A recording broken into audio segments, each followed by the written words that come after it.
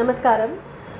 In the last episode, we had talked about notating and improving one's Swarajnanam, and we had explained the process in a few simple steps that students can follow.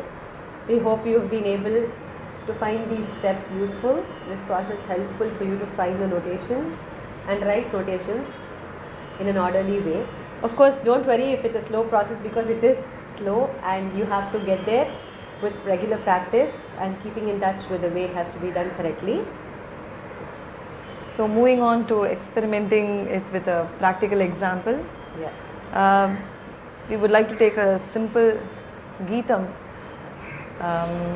maybe the very popular Mohanam Geetam, Sure. Varaveena.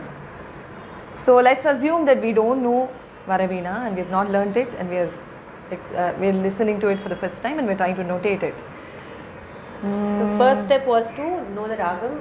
Varaveena is set in the ragam Mohanam, and here is how the Arohanam Avrohanam is.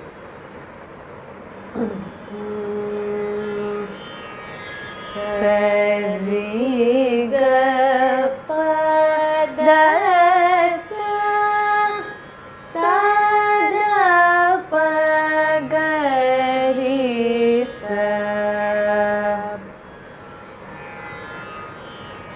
The second step was to slow the portion that you want to take up.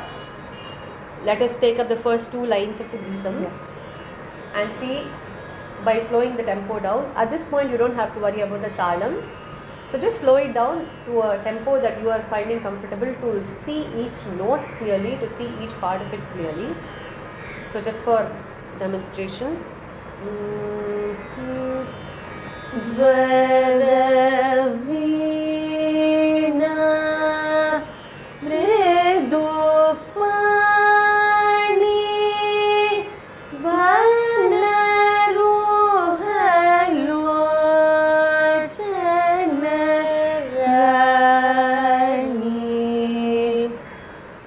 So if you have to just take the first line, Varaveena Mridupani, and you can also break it to just Varaveena first. The third step in the process would be to split it down into smaller segments.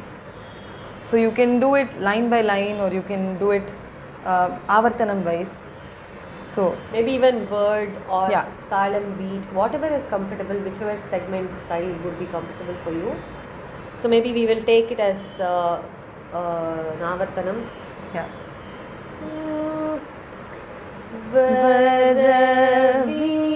Varaveena is the first segment. Mridupani.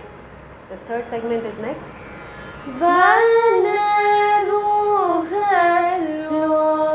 And the fourth. Chanarani. So when we are doing this as Sahityam, the Lochana is one word, but now just for understanding, we split it as Avartanams. When you do the Sahityam, of course, it has to be the same breath. But the fourth step was to keep the Sa and Pa as reference in your Shruti and find the notes based on the Sa and Pa. So the first phrase, first segment, Varaveena. Varaveena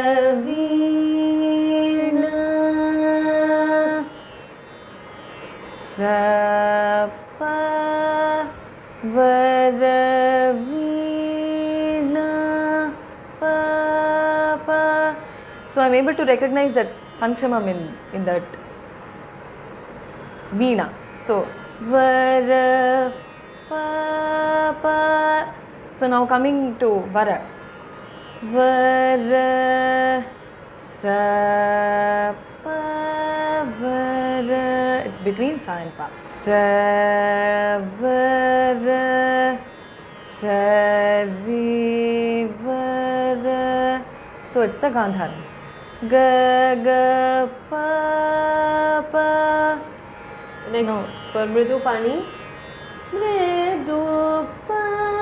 Mridupani. Pani. As I'm singing this, I can hear the Sa, the high Shadjam in the Shruti already. So I know Pani is Sa, Sa.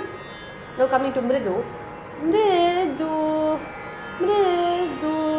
I can hear that do swaram on the shruti. Do, pa, for do. No, mridu. Now is this note first higher or lower than the pa? Mridu. With the way the music is flowing, I can see this first note is coming from higher note than the pa. So it has to be between the pa and the haisa.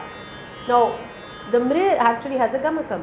So with the gamakam, it can be a little challenging to find the swaram. So we will now take it as a plain note. Mri, mri. That is a swaram on top of which the gamakam is happening. So let's find the plain note first. Mridu, mridu, pa, da, pa, mridu. I know it's now da, pa. Now we know the gamakam. Da, pa, sa, sa will be the way you will find mridu pani swaram. Same way for the rest of the composition.